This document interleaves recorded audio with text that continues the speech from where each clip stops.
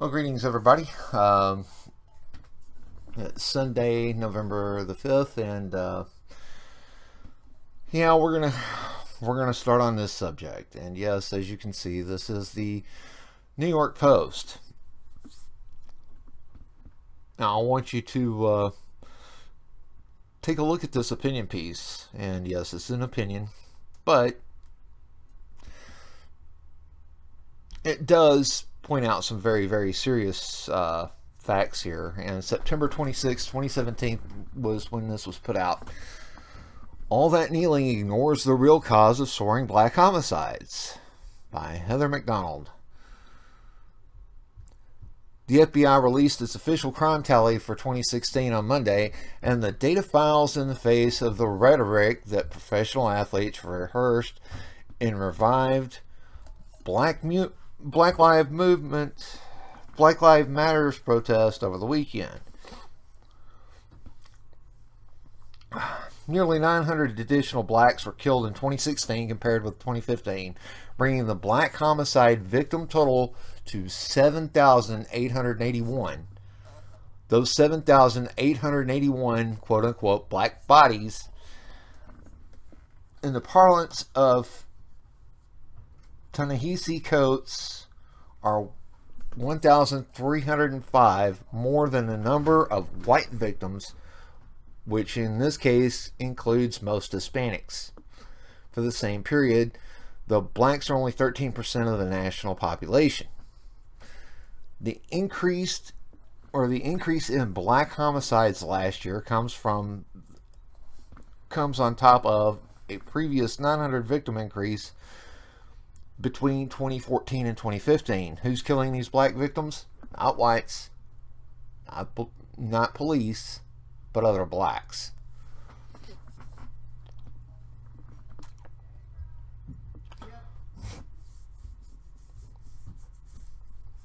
In 2016, the police fatally shot 233 blacks, and the vast majority armed and dangerous, according to the Washington Post. The paper categorized only 16 black male victims of police shootings as unarmed.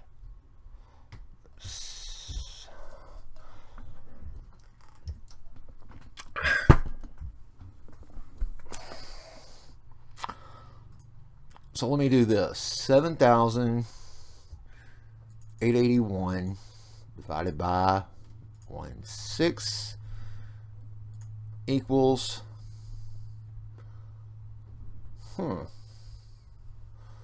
So that's one unarmed black individual for every 492 black homicides.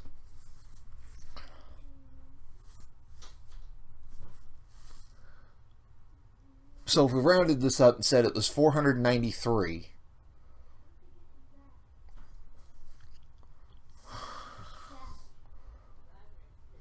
so you're 493 times more likely to be killed by another black man if you're black, or by another black individual if you're black, than you are by a police officer. That doesn't sound like an epidemic to me. I'm sorry. If I did that right. And I'm not saying I did, but I'm just saying that, yeah. I mean, there's ways to do it, and there's ways not to do it, and there's proper ways to protest.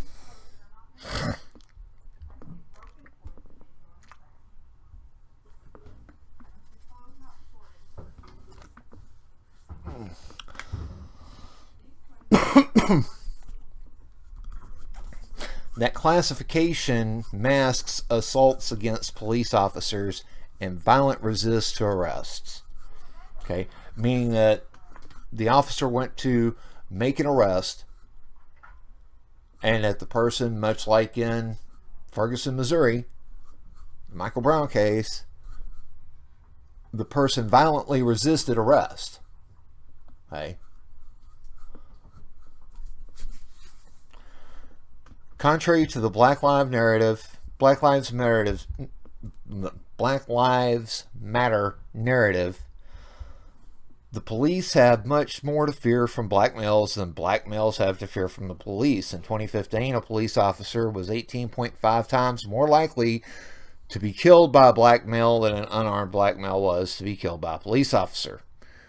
Black males have made up 42% of all cop killers over the last decade, though they're only 6% of the population. That 18-to-5 ratio undoubtedly worsened in 2016 in light of the 53% increase in gun murders of officers committed vastly and disproportionately by black males. Among all homicide suspects whose race was known, white killers of blacks numbered only 243. Violent crime has now risen by a significant amount for 2 consecutive years. The total number of violent crimes rose 4.1% in 2016, and estimated homicides rose 8.6%. In 2015, violent crimes rose nearly 4%, and estimated homicides by nearly 11%. The last time violence rose 2 years in a row was 2005 and 2006. So essentially, for the last 2 years of the Obama administration, violent crimes rose. The reasons for the current increase is what I have called the Ferguson effect. Cops are backing off of proactive policing in high crime, minority neighborhoods, and criminals are becoming emboldened. Having been told incessantly by politicians, the media, and Black Lives Matter activists that they are bigoted for getting out of their cars and questioning someone loitering on a known drug corner at 2 a.m., many officers instead just drive by.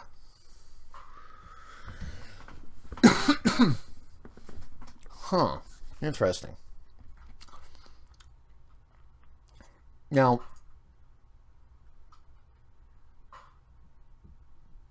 let's take a look at this. This is the Baltimore Sun. Oh, wait, this is another right-wing newspaper here. Police shoot whites too. In a recent editorial, the Sun suggests that the shooting of an unarmed Terrence Crutcher was unwarranted, and based on the video that I have seen, I have to agree, and I do agree with that. Freddie Crutcher was unarmed. He was executed, and I agree with that.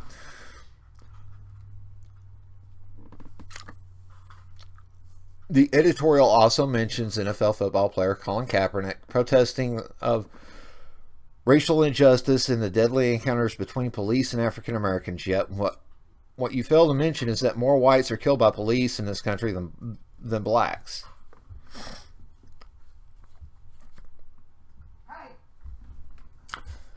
In a recent article in the Washington Post said that of last year's 987 fatal police shootings, 50% were whites and 26% were blacks.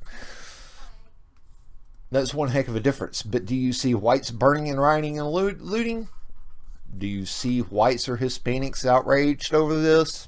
No. The media doesn't want to bring these statistics to the public. It isn't news. Just this week in Baltimore, an African-American chef and Morgan State University student were killed in two separate incidents. Where were the protests by black leaders in our city? They were nowhere to be found.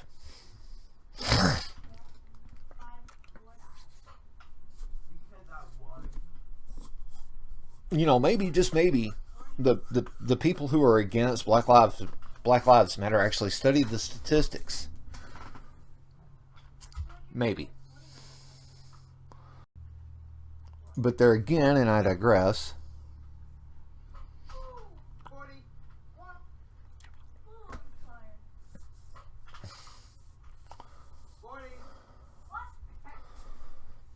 okay, the Washington Post.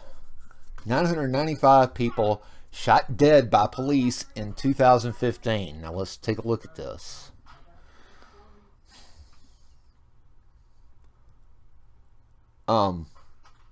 Wow. Male, 953.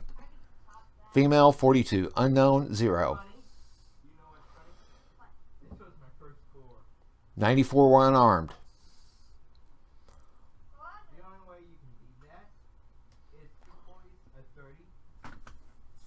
I want you to look at these numbers.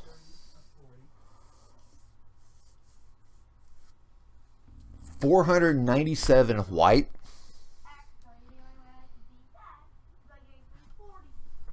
Versus 259. So let's get our percentage, shall we? See, I'll try to slide this over a little bit so I can actually close this down now. Okay, so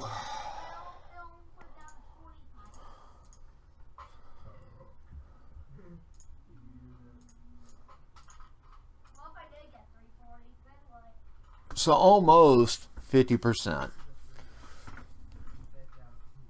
Not quite 50%.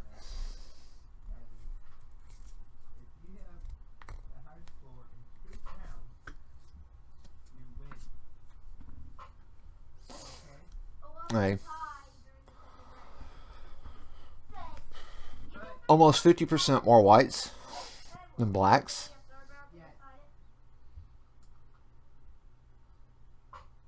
You know, it's pretty shocking, isn't it?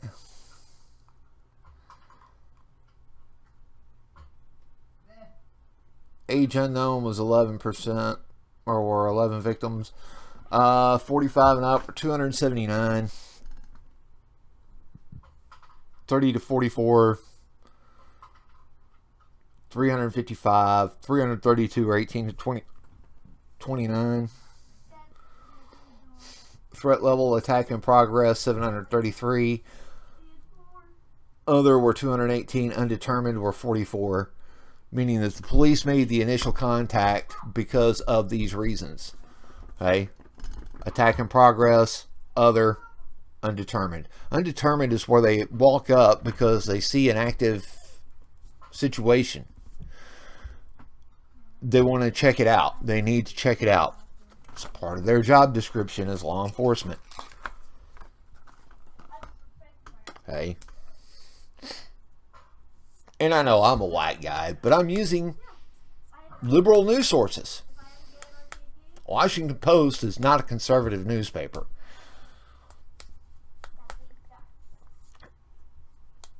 The Washington Post is, unlike other political commentary, probably more centrist than most.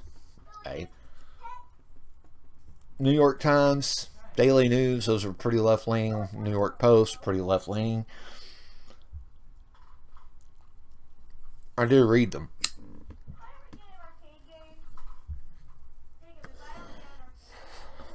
But see, when it comes to them telling the truth about certain situations, because it doesn't fit it doesn't fit a political narrative that the liberal reader wants to have, then they just get ignored on certain subjects. Okay. Now let's take a look at my home state of Texas. Okay. Being that it's in the deep south. Okay. And I'm going to tell you the whites, okay, include Hispanic. Okay.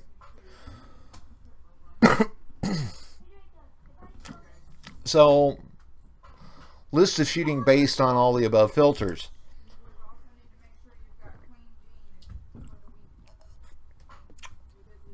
Mark Ramirez, a 31-year-old Hispanic man armed with a gun, was shot on December 20th, 2015 in a house in Amarillo, Texas. Amarillo police responded to the reports of a suicidal person. Ramirez met the officer at the door of his home holding a gun, male, deadly weapon, Hispanic, mental illness, 30 to 44, attack in progress.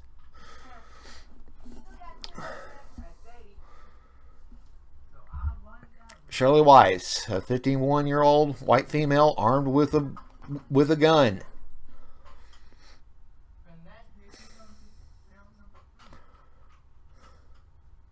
Ryan McMillan, a 21-year-old white man armed with an axe.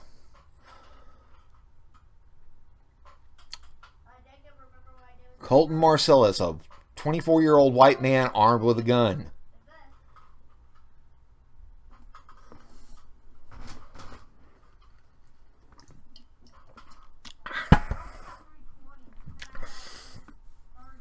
I remember hearing about a lot of these because I was in Texas at the time.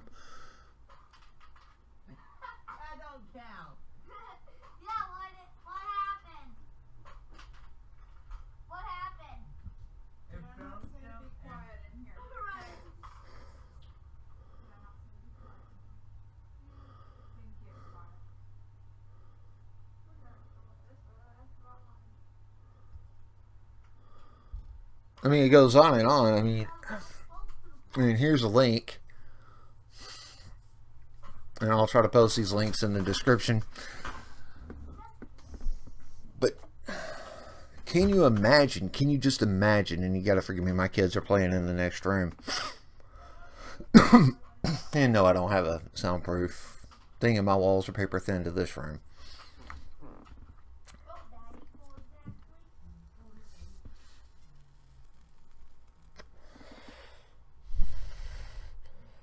Steve McKinney,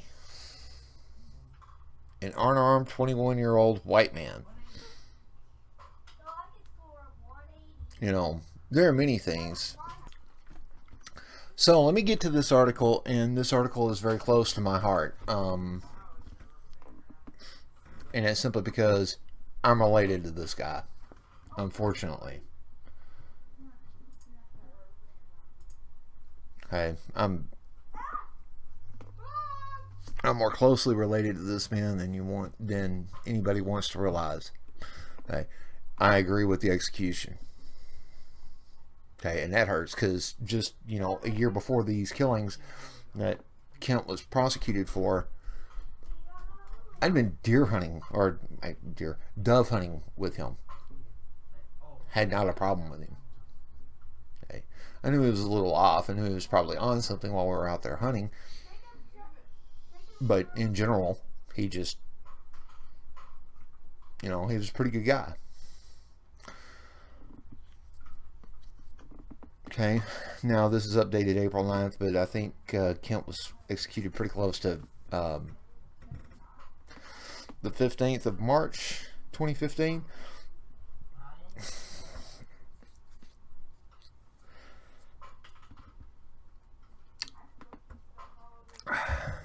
No, a Texas man convicted in the slayings of a Dallas area police officer apologized to the victim's family just before his execution Thursday. Kent Sprouse, 42, became the 5th convicted killer put to death this year in Texas, the nation's most active death penalty state. Yes, it is. Sprouse was sentenced to death in the October 2002 killing of 28-year-old Harry Marty Steinfeld III, police officer in Ferris, Texas, who died during a shootout that followed the killing of a customer outside a convenience store in Ferris. Before his execution, Sprouse apologized to families of his victims and his own family for all the trouble I've caused everyone. Then he thanked his family members for their support. I guess that's it, he said. He also said some other things. When they started the drug, he literally said he could smell it as it was being pumped into his veins.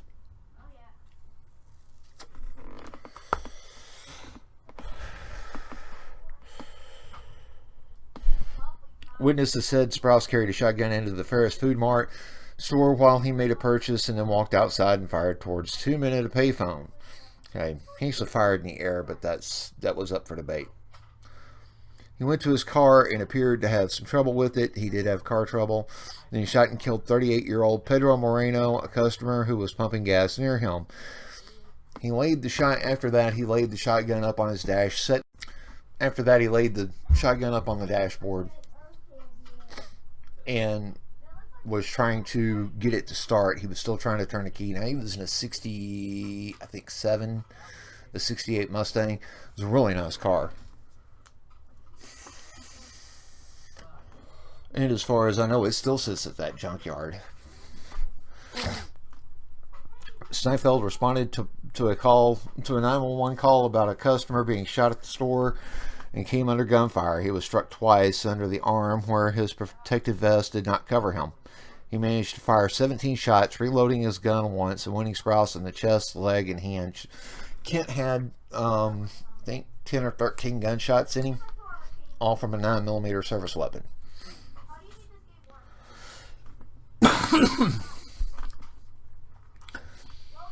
Court records indicate Sprouse told an officer who accompanied him in an ambulance to a hospital that he believed Moreno was an undercover officer, so he shot him.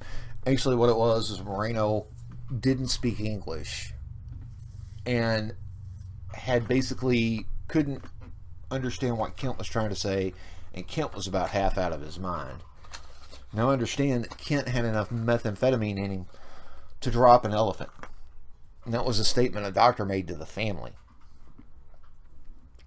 They airlifted Kent to a Dallas hospital, to Parkland, after the shooting. Again,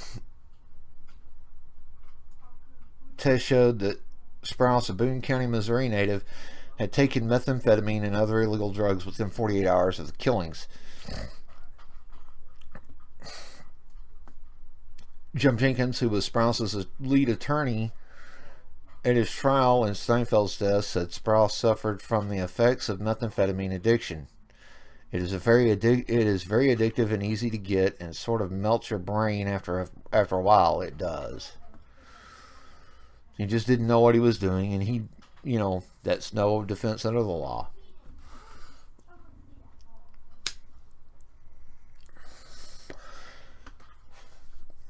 But the jury has to buy that.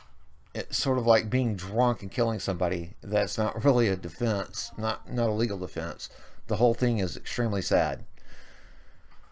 Texas Department of Criminal Justice officials said a recent purchase of phenobarbital means that they have enough of the sedative to carry out 3 other executions set for this month, including one next week. But the last 3 more are set for May and June, meaning they would have to find a new supply or switch to a different drug to carry out those executions on schedule. Death penalty states have found it increasingly difficult to acquire execution drugs because traditional manufacturers now refuse to sell their drugs for use in executions. States now rely on compounding pharmacies for their made-to-order execution drugs.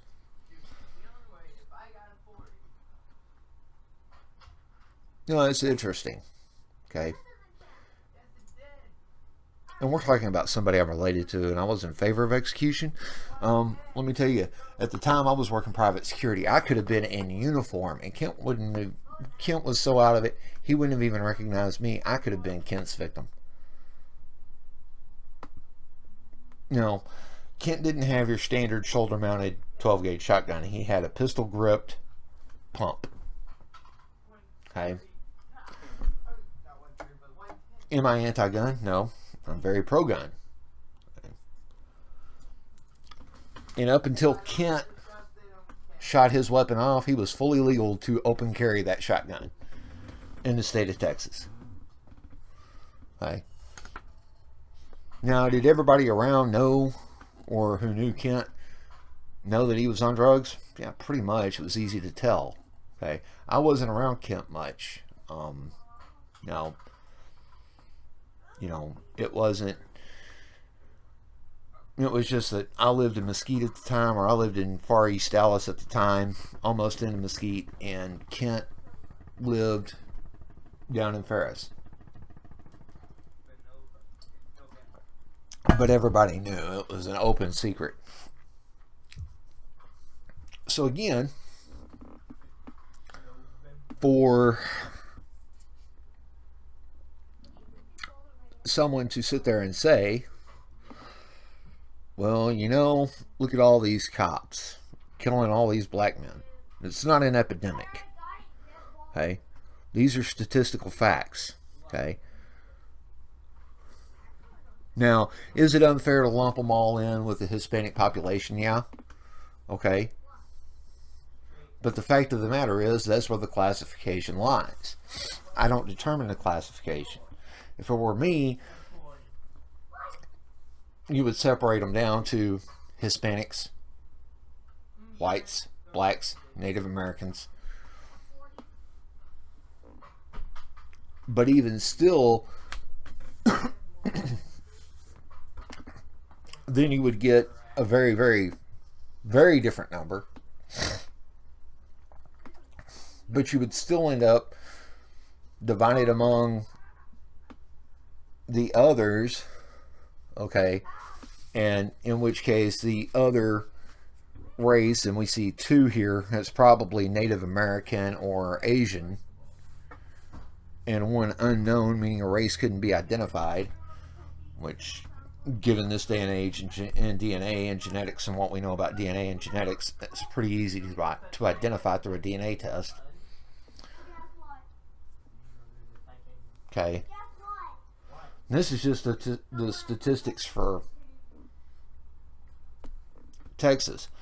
46 white people killed, 19 black,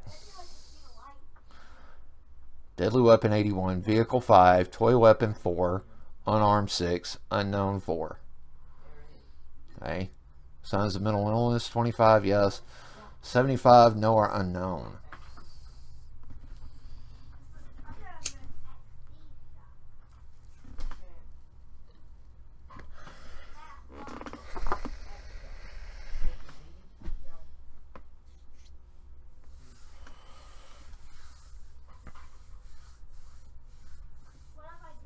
Age unknown means that they were probably, you know, in an undetermined, unspecified age range. You know, or they just didn't know who they were dealing with. 29-year-old white man with a gun. 35-year-old white man armed with a gun. White man armed with a knife. 23-year-old white man armed with a gun. 41-year-old Hispanic man shot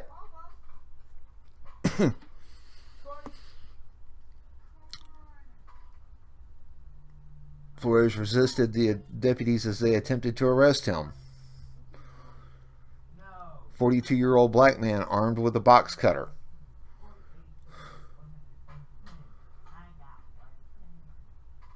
$35-year-old black man armed with a gun. Armed. Armed. Armed. Armed. Armed.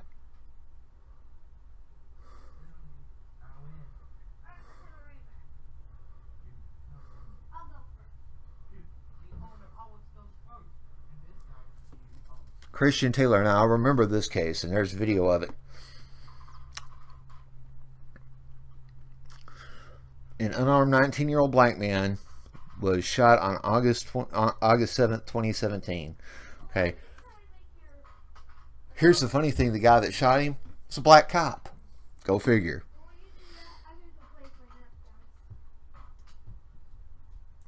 I think I'll pull that up.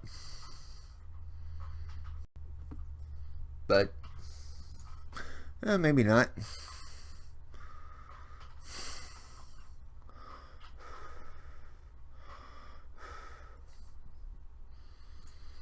Maybe, just maybe,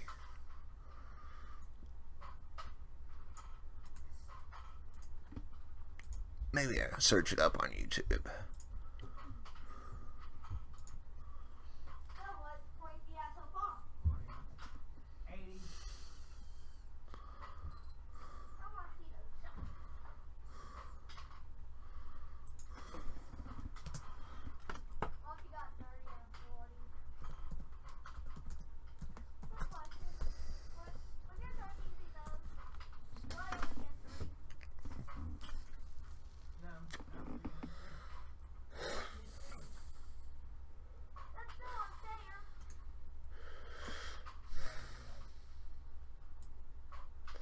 Now let's see.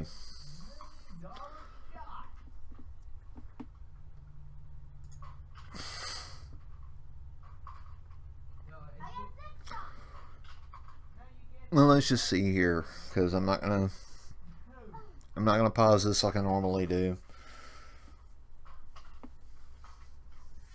and I'm not gonna, you know, do anything like that. But we'll go back a little bit. I'm gonna downsize my screen. I'm just gonna let you guys see the entire video. Let's go with it.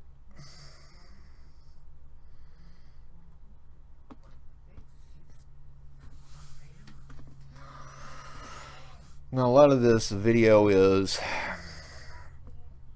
them, as you can see. It's not going to be clear. I've got a sucky internet connection, so I don't get 1080p. Sorry.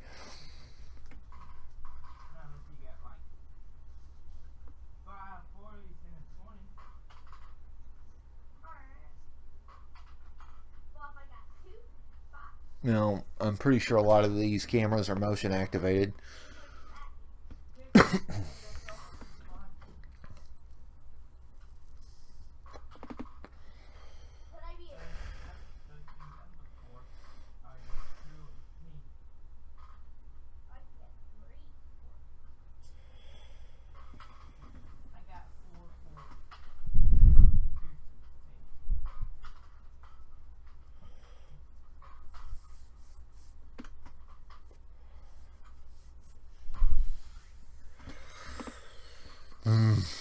Yes, I'm going to buffer quite a bit. Well,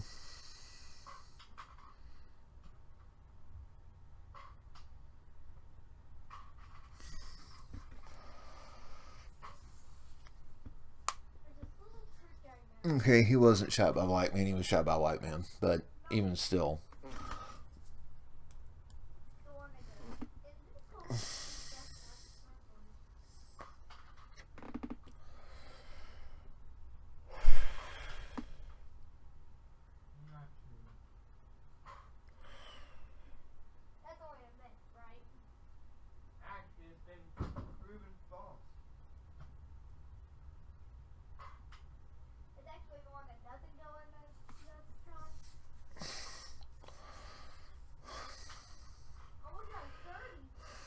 You know, why is he walking up on the car? I mean, just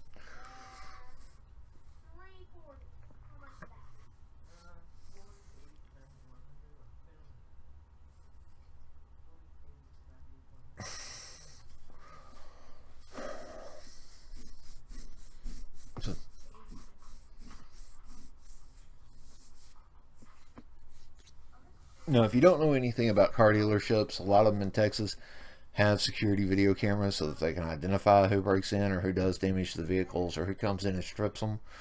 That's why they have security cameras.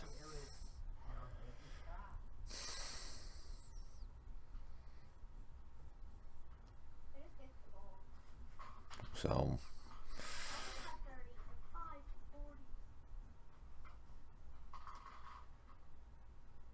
no, but here he's kicked in the windshield of a car on the lot. It's not his vehicle. He's sitting on the hood. He is just displaying very, very bizarre behavior. You know.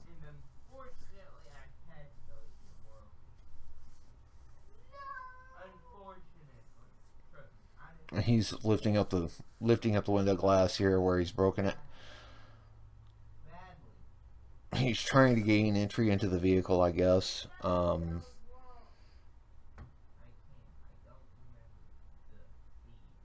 know, this whole case, because he didn't survive the incident, it looks like he's getting into the vehicle through the windshield. Well, again, a lot of this is going to buffer.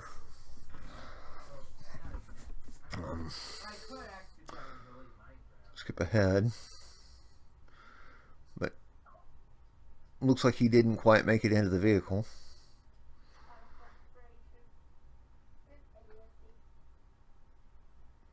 Well, he actually got in. Well, it looks like a Mustang. He gets in, he gets out.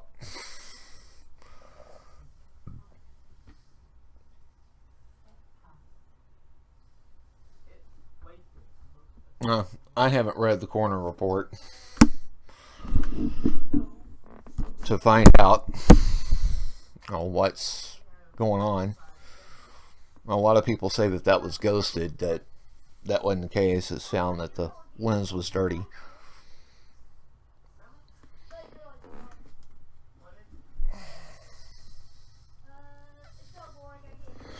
Here he is over here. And he's already broken into one vehicle. Okay, where's he going next? Skip ahead. He's up here. Camera's dirty. These cameras are mounted so high up that they really can't be cleaned effectively. He's going back to his vehicle, it looks like. Good. He broke through the barrier with his car. Skip ahead a little bit. See where he's at. So we can see him. He's right here.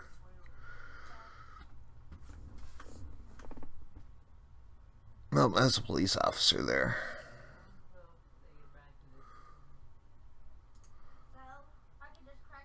There go the two cops. So it looked like he broke inside. Another police car. EMT, so he got shot inside.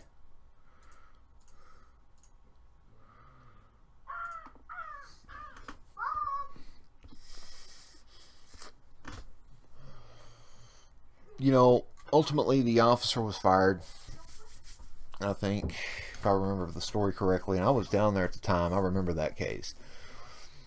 But this again goes to show you that, you know, things go wrong in a lot of cases, and a lot of things can happen in police confrontations. Okay, police officers are just like everybody else. They're human. They are prone to make mistakes. Unfortunately, sometimes those mistakes cost people their lives.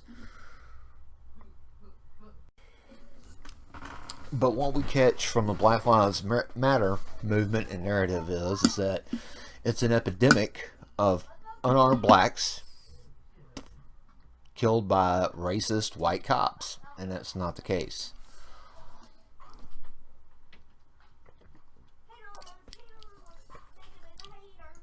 An epidemic of unarmed black men is every or over 30% of any population that has an encounter with the police. 30% of that population is killed by police when they're unarmed. But that's not the case that the facts bear out. That's not what the Washington Times, the Baltimore Sun, and the other statistics bear out. They're armed and they're dangerous. Okay? You answer your door with a gun, better have a camera too. Don't rely on the police body cams. I'll tell you that point blank. Okay, I'm not saying the police would mess with video, but I'm pretty sure they might. Or they might just forget to hit the record button. Okay. And those little body cams only record X amount of time. Okay. They can't record an entire 8-hour shift. I can guarantee you that. Okay. Until we can get them to record 24 hours at a period, at a stretch, until they're used. Once a gun's used by an officer, I think that officer ought to be pulled from the street immediately, his body cam seized, and held for the state investigators. It's placed in an evidence bag, sealed, signed off by his sergeant or by his supervisor, and held by the chief of police, not in the property room, by the chief of police, in a video monitored room, so that there's no possibility of tampering with the camera before the state investigators get it downloaded. It's just it. Okay. I think that the officer shouldn't be the one that ultimately hits the button to start the recording. I think the recording needs to start during roll call, okay, during the briefing, shift briefing. That there's a button that the briefing sergeant presses that starts the camera, and it can't be stopped until they're back in the briefing room for debriefing at the end of shift. Okay. And until we're willing to do that, we're not going to get past this narrative of cops are killing blacks at an exponentially high rate. We're not going to get past the Black Lives Matter narrative. Okay? And we may never get past it, no matter what the statistics bear out. Okay? Because it's so ingrained in the narrative. It is the very sole existence of Black Lives Matters. Okay?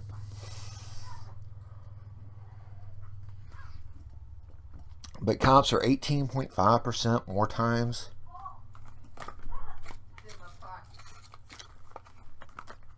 or more likely to be injured or killed on the job than unarmed black men get killed by police. I wonder why. You know, you really get down to brass tacks. People are going to dislike me. Okay? Because I don't follow the narrative. The statistics bear out.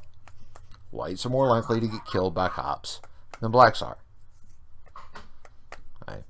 Even this year, more whites have been killed by police than blacks. Okay? No, I don't have the statistics on the unarmed. Okay? But it's not the... You know, it's not anything like that. And maybe, just maybe, you know, Sarah Silverman will wake up to this fact. Okay? But I doubt it. Because statistics don't matter when you're pushing a liberal narrative.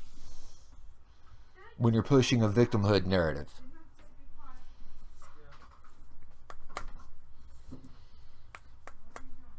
So, there you have it.